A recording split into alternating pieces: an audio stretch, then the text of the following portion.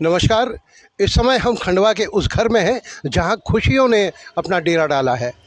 हाँ, रूपल जायसवाल जिसने यूपीएससी में 43 रैंक हासिल की है, आज हम उन्हीं के घर के सामने हैं। आइए हम मिलते हैं रूपल से और उसके परिवार के लोगों से, किस तरह से उसकी ये सफलता है और किस तरह से उसने ये सफलता हासिल की। आइए उन्हीं से बात करेंगे, उन्हीं से जानेंगे किस तरह की तैयारी थी रूपल की और कितना बड़ा संघर्ष है, कितनी बड़ी सफलता है। रूपल ने ये साबित किया कि छोटा शहर हो या बड़ा शहर ये मायने नहीं रखता। यदि आप अपने लक्ष्य को लेकर के बहुत केंद्रित हैं तो ये सफलता आपके पास में है। आइए हम रूपल के साथ हैं और उनका पूरा परिवार, उनके पापा भी हैं, उनकी मम्मी भी हैं।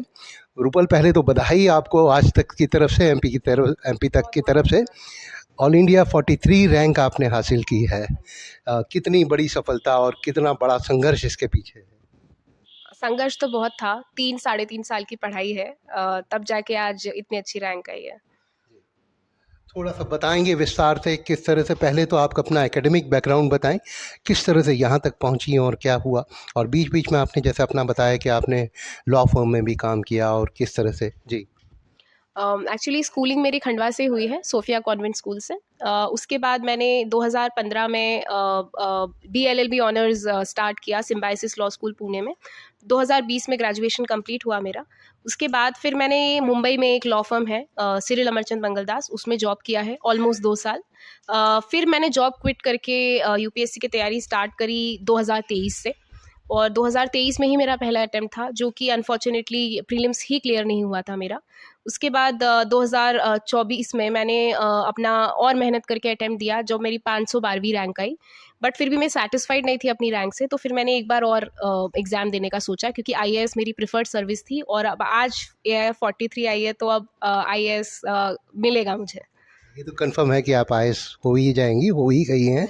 और देखिए, ये इस समय युवाओं के लिए क्रेज़ थोड़े से अलग हैं।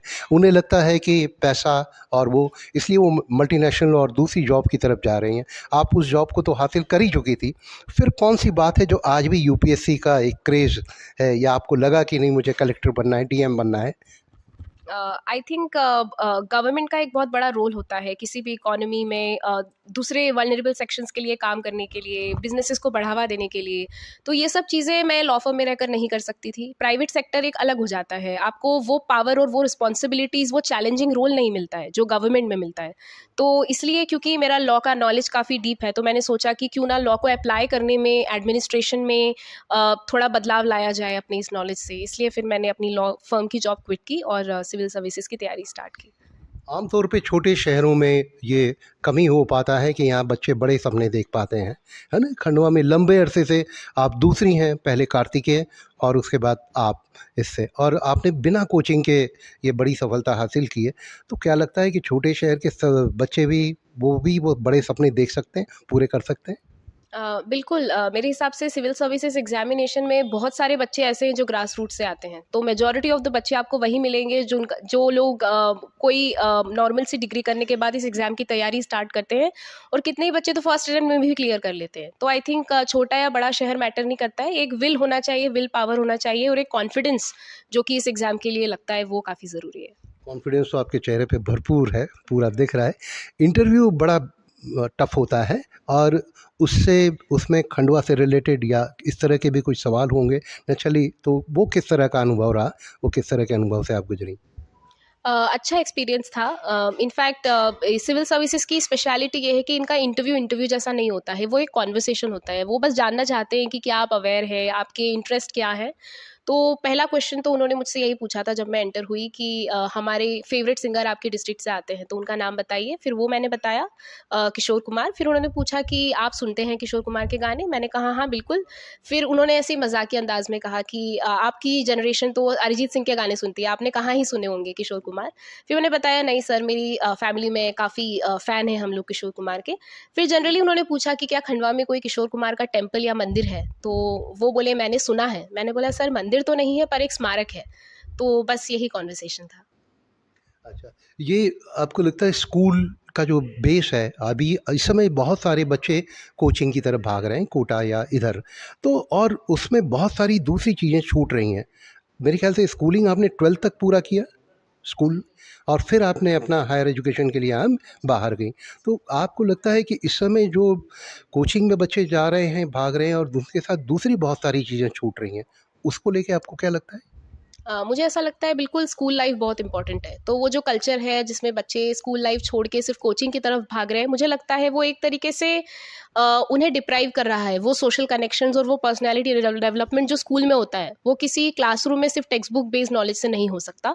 तो मुझे ऐसा लगता है कि कोचिंग जाइए अगर आपको ऐसा लगता है कि आप किसी सब्जेक्ट में वीक है, आपको ज़रूरत है, बट कोचिंग के लिए स्कूल को कॉम्प्रोमाइज़ करना मुझे लगता है सही नहीं है। अच्छा, दूसरी एक बात और कि बहुत लंबे अरसे तक खंडवा से यूपीएससी में कोई सिलेक्ट नहीं हुआ, फिर 2022 में कार्तिकेय हुए, और उसके बाद अब आप हुई।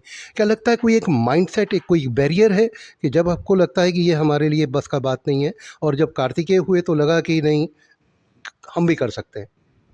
हाँ, बिल्कुल मेरे हिसाब से जब कार्तिकेय का सिलेक्शन हुआ तब मैं मुंबई में ही थी, मैं जॉब कर रही थी, और फिर जब मुझे पता चला तो ये काफ़ी ऐसा लगा कि हाँ, बहुत अच्छी बात है कि एक बच्चे ने क्लियर किया है, और फिर मुझे भी फ़ील हुआ कि मुझे तो करना ही था, तो क्यों ना मैं अभी ही जॉब क्विट कर दूँ। अल्टीमेटली मुझे करना ही था, बट मैं सोच रही थी कि 2-3 साल जॉब कर लूँ। बट फिर जब रिज़ल्ट में कार्तिकेय का नाम देखा तो ऐसा फ़ील हुआ कि हाँ, शायद अच्छा रहेगा अगर मैं अभी ही क्विट कर दूँ, अभी टाइम है। तो फिर बिल्कुल वो एक इंस्पिरेशन था ही, और मुझे ऐसा लगता है कि अब क्योंकि अब मैं भी निकली हूँ तो और भी बच्चे हैं जो इंस्पायर होंगे और एफर्ट लगाएंगे इस तरफ। प्रेफर करेंगे एमपी कैडर मिले आपको? बिल्कुल मेरा होम स्टेट है तो फर्स्ट प्रेफरेंस मैंने एमपी ही डाला है। और क्या सपने हैं, आपको लगता है कि किस तरह से आप लोगों के लिए मददगार साबित होंगी, लोगों के जीवन में किस तरह का बदलाव ला सकेंगी, एक कलेक्टर के रूप में, डीएम के रूप में? मुझे ऐसा लगता है कि क्योंकि फ़र्स्ट ऑफ़ ऑल मैं एक फ़ीमेल हूँ, तो वो पर्सपेक्टिव हमारी पॉलिसी मेकिंग में अब दिखेगा। अगर मैं वीमेन लेड डेवलपमेंट की तरफ, जैसे हमारे प्राइम मिनिस्टर ने एम्फसाइज़ किया है, तो उसकी तरफ काम करना चाहूँगी मैं। और ऑफ़ कोर्स सिविक एमिनिटीज़ जो कि जैसे पानी, बिजली, ये सब जो है इनके लीकेजेस और थेफ्ट वगैरह होता है, तो उसके सुधारने के लिए उसको काम करूँगी मैं। आप मम्मी हैं, और कैसा फील कर रही हैं? सर बहुत अच्छा लग रहा है, बहुत खुशी हो रही है कि बेटी ने यूपीएससी क्लियर किया। कभी आपने सपना देखा था? जी, बचपन से इसका सपना था। इसने देखा, हमने तो बाद में इसको सपोर्ट किया कि बेटा नहीं आप करो। इसका बचपन से सपना था कि मुझे यूपीएससी देना है। आप भी बिजनेस उससे आते हैं जी। आपको सोचा था कभी बिटिया आईएएस हो? मेरे पूरे परिवार का सपना था कि बेटी सक्सेस हो, और उसने हमारे सपनों को सच करके दिखाया है। बहुत ही परिवार में बहुत उल्लास का माहौल है। देखिए बेटी रूपल ने न केवल जायसवाल परिवार को बल्कि पूरे खंडवा को, मध्य प्रदेश को वो गौरव दिया है, और जो कॉन्फिडेंस उनसे बात में दिख रहा है, निश्चित रूप से वो एक अपने बड़े सपने को लेकर के चल रही हैं और उसमें सफल होंगी।